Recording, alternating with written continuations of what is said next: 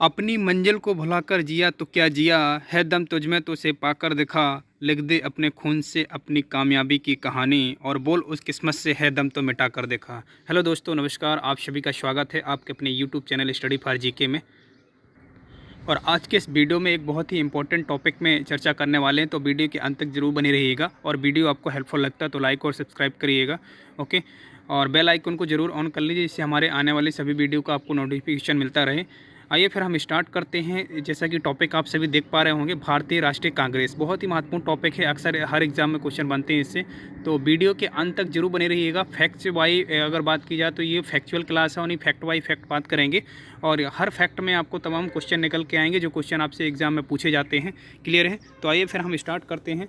सबसे पहले बात कर लेते हैं भारतीय राष्ट्रीय कांग्रेस, इंडियन नेशनल कांग्रेस। यानी कांग्रेस शब्द जो है ये कहाँ से लिया गया और इसका मतलब क्या है, इसका अर्थ क्या होता है, सबसे पहले यहीं से स्टार्ट करते हैं। देखिए, कांग्रेस शब्द एक उत्तरी अमेरिका का शब्द है, जिसका शाब्दिक अर्थ क्या होता है, लोगों का समूह। क्या होता है? लोगों का समूह। अगर इसकी स्थापना की बात की जाए कांग्रेस पार्टी की, तो कांग्रेस पार्टी की जो स्थापना हुई थी 28 दिसंबर 1885 में की गई थी। कब की गई थी? 28 दिसंबर 1885 में इसकी स्थापना की गई थी। टाइम भी है, टाइम आपसे पूछा नहीं जाएगा, लेकिन आप लोग माइंड में रखिएगा, दोपहर 12 बजे।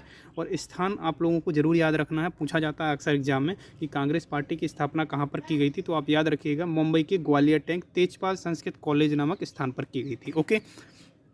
अब बात कर लेते हैं नेक्स्ट पॉइंट की। तो नेक्स्ट पॉइंट काफ़ी इंपॉर्टेंट है। कांग्रेस पार्टी की स्थापना जो है पुणे में होनी थी, लेकिन क्या हुआ था कि प्लेग बीमारी, उस समय क्या था दोस्तों, जैसे कि कोरोना वायरस ही महामारी का रूप धारण कर चुकी थी, उसी प्रकार से प्लेग जो बीमारी थी उस समय महामारी का रूप ले चुकी थी। तो प्लेग जो जिसे काली मौत के नाम से भी जानते हैं, तो ये बहुत बड़ी बीमारी थी, भयानक बीमारी थी। इसकी वजह से पुणे में ना होकर ये फिर कहाँ पर हुई थी? मुंबई में। क्लियर है इसकी स्थापना। और इसके अलावा कांग्रेस का प्रारंभिक नाम की अगर बात करें तो प्रारंभिक नाम आप याद रखिएगा, पहले नाम था इसे INU बोलते थे। क्या बोलते थे? INU, Indian national union. Indian national union बोलते थे। और अभी क्या बोलते हैं? Indian national Congress, INC, okay. चलिए बात कर लेते हैं नेक्स्ट क्वेश्चन की, सॉरी नेक्स्ट पॉइंट की। तो आप देखिएगा, इस पार्टी का नाम दादा भाई नौरोजी के कहने पर इंडियन नेशनल कांग्रेस, ये भी आपसे पूछा जा सकता है एग्जाम में कि किसके कहने पर इंडियन नेशनल कांग्रेस रखा गया है। तो दादा भाई नौरोजी बहुत महत्वपूर्ण व्यक्ति हैं ये, तो नाम याद रखिएगा इनका, इंडियन नेशनल कांग्रेस नाम रखा गया था किनके कहने पर? दादा भाई नौरोजी जी के कहने पर। क्लियर है? बात कर लेते हैं नेक्स्ट पॉइंट की। देखिए, स्थापना हो चुकी है, किसने की है स्थापना, ये हमको क्लियर हो चुकी है। कब की है? तो अब किसने की है, इस ये पॉइंट बहुत हमारा इंपॉर्टेंट है, आप इस पॉइंट को जरूर याद रखिएगा। देखिए, कांग्रेस पार्टी की स्थापना जो है A.O. हुम के द्वारा की गई थी। और A.O. हुम का पूरा नाम अगर बात की जाए तो एलन ऑक्टेवियन हुम है। क्लियर है?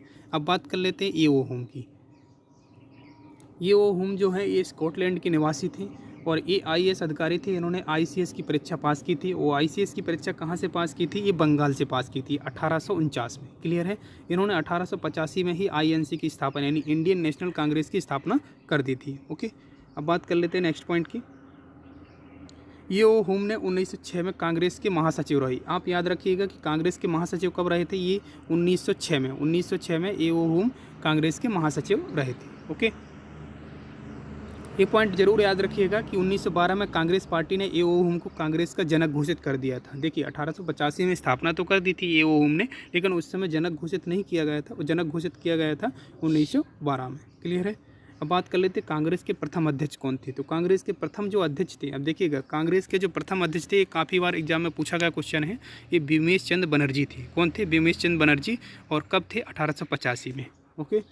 कांग्रेस पार्टी के पहले पारसी अध्यक्ष, कांग्रेस पार्टी के पहले पारसी अध्यक्ष थे दादा भाई नौरोजी। क्लियर है? कांग्रेस पार्टी के सर्वाधिक 3 बार अध्यक्ष बनने वाले, देखिए सबसे बहुत नाम इंपॉर्टेंट है इनका, जरूर याद रखिएगा। और इन्हीं के कहने पर ही कांग्रेस पार्टी का नाम चेंज कर दिया गया था। क्या कर दिया गया था? INU से INC कर दिया गया था। तो नाम बहुत इंपॉर्टेंट है, आपको याद रखना होगा। नेक्स्ट पॉइंट की बात करेंगे, कांग्रेस के पहले मुस्लिम अध्यक्ष, ये भी बहुत इंपॉर्टेंट है। कांग्रेस के पहले मुस्लिम अध्यक्ष हैं बदरुद्दीन तैयब जी। और ये कब बने थे? 1887 में मद्रास अधिवेशन में। कहाँ पर? मद्रास के अधिवेशन में बने थे। और इनका एक नारा था, फेमस नारा है, आप लोगों को याद होगा जहाँ तक, ये कांग्रेसी बनो। कांग्रेसी बनो किसका नारा था? ये अक्सर पूछा जाता है एग्जाम में, तो आप याद रखिएगा, बदरुद्दीन तैयब जी का नारा है कांग्रेसी बनो, ओके। अब बात कर लेते हैं नेक्स्ट पॉइंट की। नेक्स्ट पॉइंट क्या बोल रहा है कि कांग्रेस के पहले अंग्रेज अध्यक्ष कौन थे। तो अंग्रेज अध्यक्ष की अगर बात की जाए तो जॉर्ज यूले क्या थे? कांग्रेस के एक प्रथम अध्यक्ष थे। कांग्रेस के पहले अध्यक्ष थे जॉर्ज यूले, आप याद रखिए, कांग्रेस के पहले अंग्रेज अध्यक्ष। यहाँ पर याद रखना होगा कि अंग्रेज अध्यक्ष पूछा जा रहा, तो अंग्रेज अध्यक्ष कौन थे? George Yule. कब बने थे? 1888 में इलाहाबाद अधिवेशन। अब इलाहाबाद का नाम चेंज हो चुका है, प्रयागराज नाम से जाना जाता है। तो इतना क्लियर रखिएगा। ओके, नेक्स्ट पॉइंट की बात करेंगे तो ये आप देखिएगा, पहली बार महिलाओं ने मुंबई अधिवेशन में भाग लिया था। ये भी पूछा जाता है कि कांग्रेस में पहली बार महिलाओं ने कब भाग लिया था? तो 1889 में भाग लिया था, सिंपल है। नेक्स्ट पॉइंट की बात करेंगे तो कांग्रेस की प्रथम महिला अध्यक्ष। ये भी काफ़ी बार एग्जाम में पूछा गया क्वेश्चन है कि कांग्रेस की प्रथम महिला अध्यक्ष कौन थी? तो आप याद रखिएगा, एनी बेसेंट। एनी बेसेंट कब बनी थी? तो 1917 में कोलकाता अधिवेशन। अधिवेशन का नाम भी आपको याद रखना होगा, कोलकाता अधिवेशन 1917 में हुआ था, जब एनी बेसेंट इसकी अध्यक्ष थी। क्लियर है? चलिए नेक्स्ट पॉइंट की बात करते हैं। कांग्रेस का प्रथम विशेष अधिवेशन कब हुआ था? तो कांग्रेस का देखिए, साल में एक बार अधिवेशन होता है कांग्रेस का, और इसके बीच में अगर कोई अधिवेशन होता है तो उसे विशेष अधिवेशन का नाम दिया जाता है।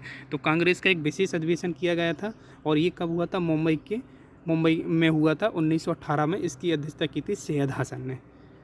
ये पॉइंट जरूर आप याद रखिए, क्योंकि प्रथम विशेष अधिवेशन था। कांग्रेस के सबसे युवा सांसद अध्यक्ष कौन थी? तो आप याद रखिएगा, मौलाना अबुल कलाम। ये मौलाना अबुल कलाम वही है जो भारत के प्रथम शिक्षा मंत्री थे, और अगर इनकी बात की जाए तो ये इनकी उस समय एज थी 35 वर्ष। क्लियर है? जब युवा अवस्था में ये सांसद बने थे इनकी एज थी 35 वर्ष।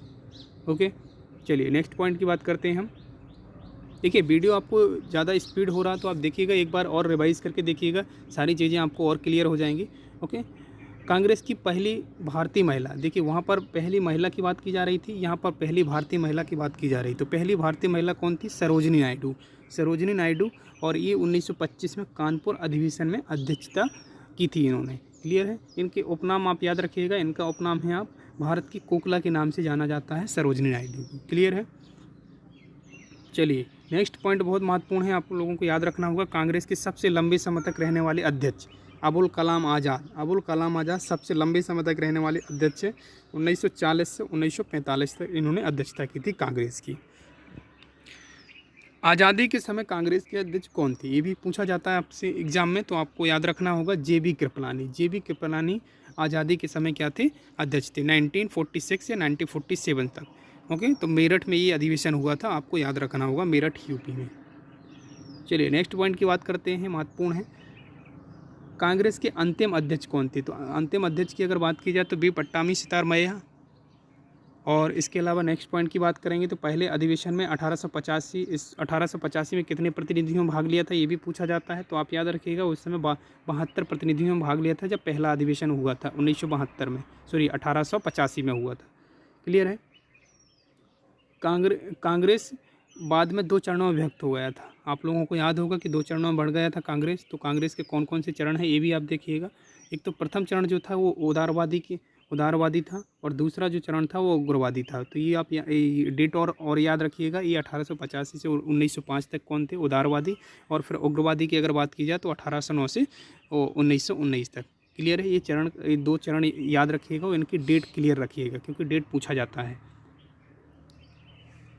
पहली बार स्वराज शब्द का प्रयोग कोलकाता में दादा भाई नौरोजी ने किया था। ये भी फैक्ट बहुत महत्वपूर्ण है, आपको याद रखना होगा कि स्वराज शब्द का उपयोग सबसे पहले कहाँ पर और किसने किया था? तो कोलकाता में दादा भाई नौरोजी द्वारा किया गया था।